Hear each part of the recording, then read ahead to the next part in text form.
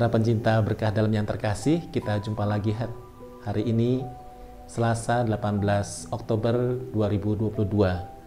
Hari ini merupakan pesta Santo Lukas, pengarang Injil.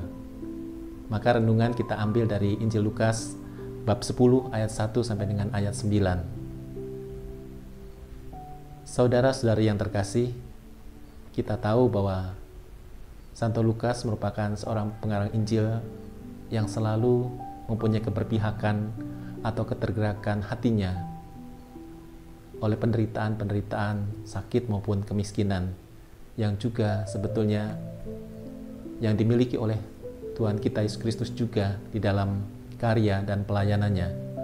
Maka bagaimana Santo Lukas juga mengungkapkan dan mewujud nyatakan ketergerakan kasihnya itu dengan tindakan-tindakan yang konkret atau yang nyata.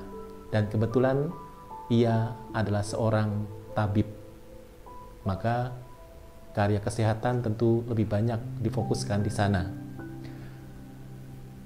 Saudara-saudariku yang terkasih, para pencinta berkah dalam, Injil hari ini juga mengungkapkan perutusan para murid yang diutus oleh Yesus pergi untuk mewartakan Injil berdua-dua. Di sana ada beberapa syarat untuk pergi mewartakan Injil. Yang pertama adalah tidak membawa apa-apa.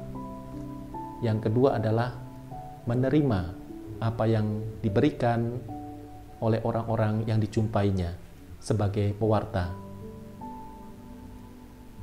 Saudara-saudara para pencinta berkah dalam yang terkasih, tentu juga perutusan itu diperuntukkan bagi kita semua sebagai orang beriman.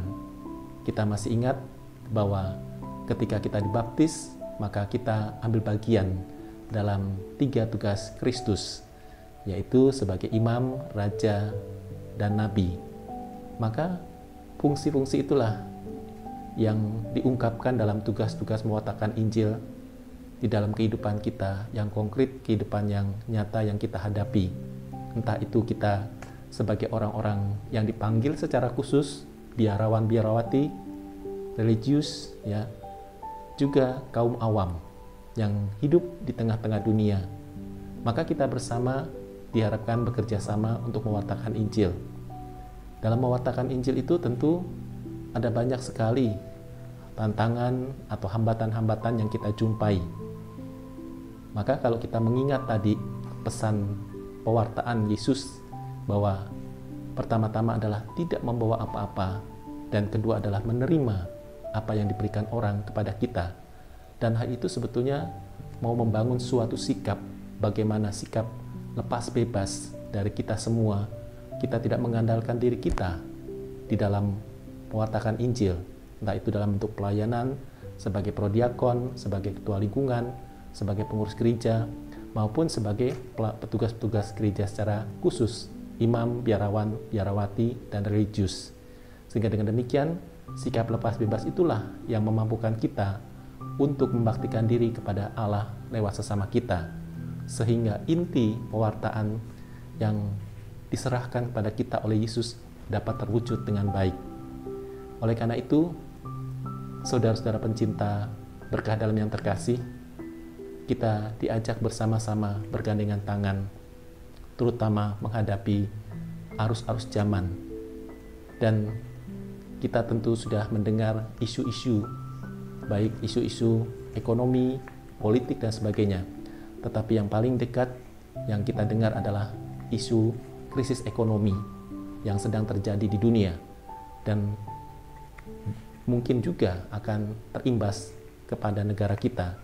Maka bagaimana mewartakan Injil dalam situasi-situasi seperti itu kita wujud nyatakan secara kreatif, sehingga semakin banyak orang sungguh merasakan kehadiran Tuhan lewat pelayanan kita, pewartaan kita, katekese, dan juga ajakan-ajakan kita, supaya kita waspada, supaya kita berbenah diri, supaya jangan sampai kita masuk dalam krisis yang berkepanjangan.